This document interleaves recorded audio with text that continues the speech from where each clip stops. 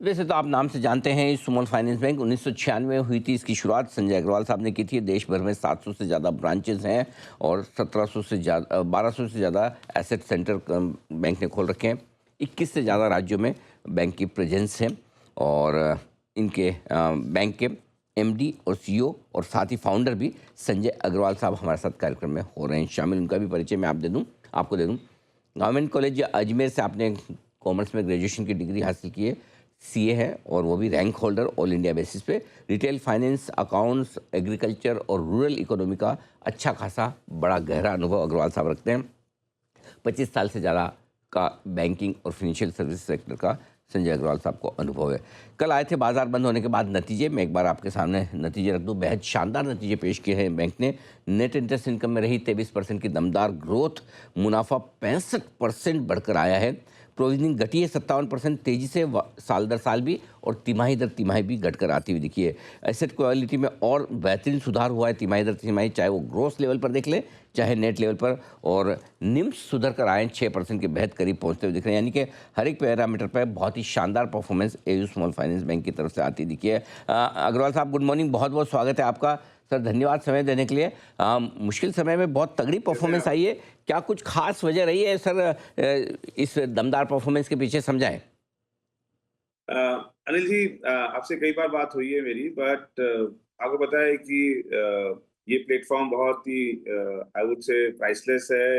ऐसा banking platform बहुत long term platform होता है और आपको इनपुट पे बहुत काम करना पड़ता है। और सबसे पहले तो आपको समझना पड़ता है कि ये एक डायमेंशन का प्लेटफॉर्म नहीं है। यहाँ पे खाली लोन नहीं दिए जाते या खाली डिपॉजिट नहीं ले जाती है। ये होलिस्टिकली आपको पब्लिक को समझ के, कस्टमर सेगमेंट को समझ के सारी चीज़ें बिल्ड करनी पड़ती हैं, चाहे वो प्रोडक्ट बनाना हो, उसकी डिलीवरी बनानी हो, उसकी सर्विसेज बनानी हो। टेक पे काफ़ी इन्वेस्ट करना पड़ता है। लोग काफ़ी बड़े मात्रा में टैलेंटेड लोग चाहिए होते हैं, पैशनेट लोग चाहिए होते हैं, काफ़ी ओनरशिप से काम करें। और जो सारी इंटरनल और एक्सटर्नल चैलेंजेस होते हैं, बैंक सबसे इफेक्टेड रहता है। और उनको भी आपको एंटिसिपेट करके आपकी फ्रेंचाइज़ बनानी पड़ती है। और मुझे बहुत खुशी है कि हम हमारे 9 साल के बाद वाले क्वार्टर में, हमारे को 9 साल अभी हुए हैं। सो उस क्वार्टर में हमने काफ़ी अपना आप को ऑर्गेनाइज़ किया और हर चीज़ पे काम किया कि हमारी ग्रोथ कैसे प्रेडिक्टेबल हो। तो हमने करीब हमारे 10 से 12 प्रोडक्ट लाइन है। कुछ प्रोडक्ट लाइन कभी चलती है, कभी नहीं चलती है, कभी कुछ मार्केट चलता है, कभी नहीं चलता है, बट इतना वेल डाइवर्सिफाइड किया है, चाहे ज्योग्राफी हो, चाहे प्रोडक्ट हो, चाहे लीडरशिप हो, कि आप सारी चीज़ों पे जो प्लस माइनस है, उसको आप प्रेडिक्ट कर सकते हैं और एक रिजल्ट आपके सामने आता है। तो मुझे लगता है कि जिस तरीके से हमने ऑर्गेनाइजेशन को ग्रो किया है, वो इस रिजल्ट के लिए काफ़ी इम्पोर्टेंट है। और ये एक चौथा क्वार्टर होता है, वो काफ़ी स्ट्रॉन्ग वैसे भी होता है। हम्म। लेकिन इस चौथे क्वार्टर में मार्च में एक जो एक्सटर्नल एनवायरनमेंट बना, उसकी वजह से थोड़ा-सा मुझे लगता है हमारा परफॉर्मेंस और बेटर हो सकता था। राइट। बट कहीं सेंटिमेंट ऊपर-नीचे थे। वो रहते हैं, कोई ना कोई कारण होता होगा। बट मैं ये कहूँगा कि ये इस क्वार्टर का कोई एक्स्ट्राऑर्डिनरी परफॉर्मेंस नहीं है। ये बैंकिंग प्लेटफ़ॉर्म पे 9 साल का, और बाकी मैं आपको बताइए 30 साल से इसी लाइन में काम कर रहा हूँ। जरूर। सो आई थिंक उसका देखते हुए ये नतीजे आए हैं। और प्लस लोगों की भी काफ़ी दुआ रहती है हमारे जी। साथ, सपोर्ट रहता है। Of course, of so course. Yes. जी अग्रवाल साहब, एक चीज, एक रेशियो पर आपसे विशेष करके बात करना चाहता हूँ, जहाँ कई सारे प्राइवेट सेक्टर बैंक्स हैं जो रिटर्न ऑन एसेट्स जिसके दम पर बैंक की परफॉर्मेंस काफ़ी हद तक नापी मानी जाती है, एक के लेवल के आसपास भी पहुंचने के लिए कशमकश करते हैं, जद्दोजहद करते हैं। आपका चौथी तिमाही में रिटर्न ऑन एसेट ये रेशो 1.8 पर आया है। ओवरऑल पूरे साल भर का वित्त वर्ष 2026 का 1.6 रहा है। काफ़ी मजबूत है, काफ़ी बेहतर है।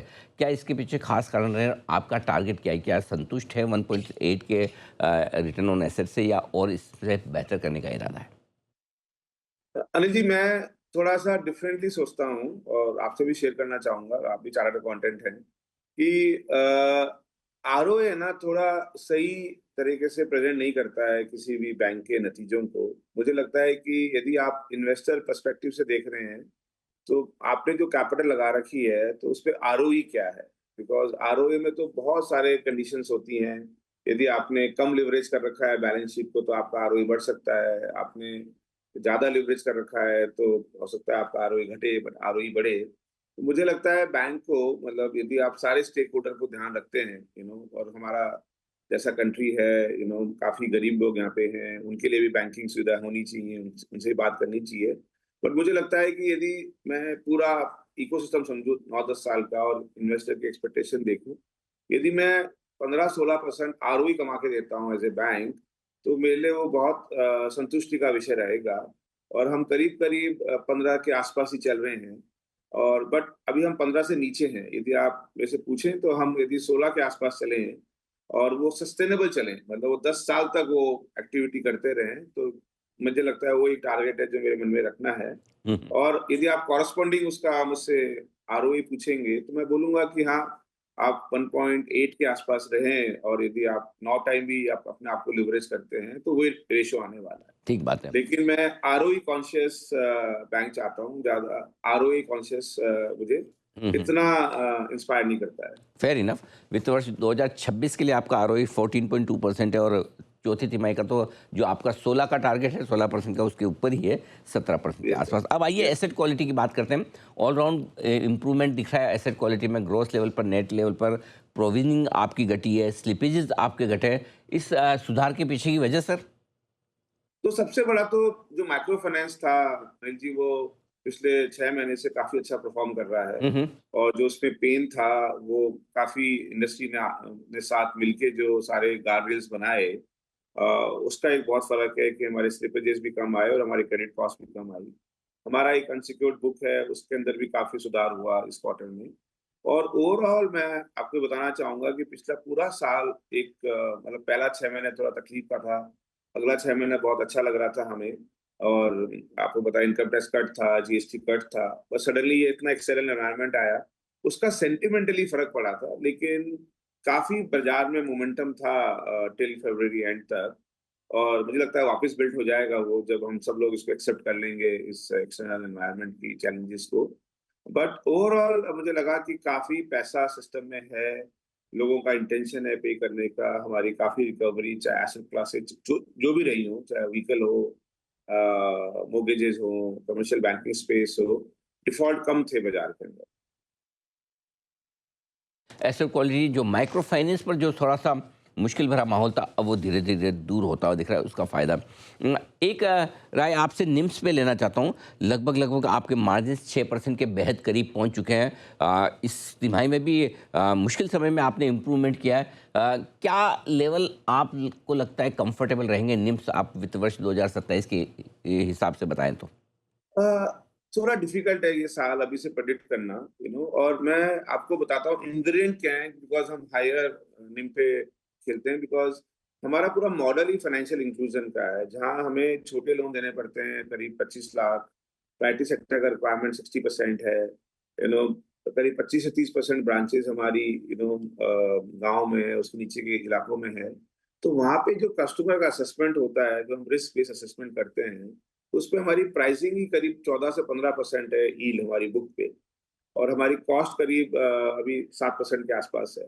तो यदि आपको by virtue of our business model हमें हायर निम मिलेगा। और अब 10-20 पैसा कई बार इंटरेस्ट रेट का प्रेडिक्शन कैसे करें? बिकॉज़ सडनली अभी हम देख रहे हैं अभी अप्रैल से तो टाइटनिंग हुआ है मार्केट, राइट? तो आपको रेट बढ़ाने पड़ेंगे।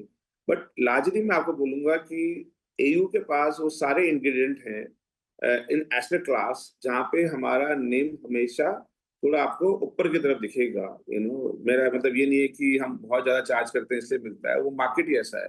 जैसे अभी माइक्रो फाइनेंस की बुक हमने ग्रो ही नहीं की पिछले साल, अभी तो क्रेडिट क्वालिटी ठीक हुई है, अगले साल ग्रोथ होगी, तो उससे हमारा निम आगे रहेगा। हम पर्सनल लोन बुक भी बनाने वाले हैं, उससे भी हमारा निम ऊपर ही की तरफ रहने वाला है।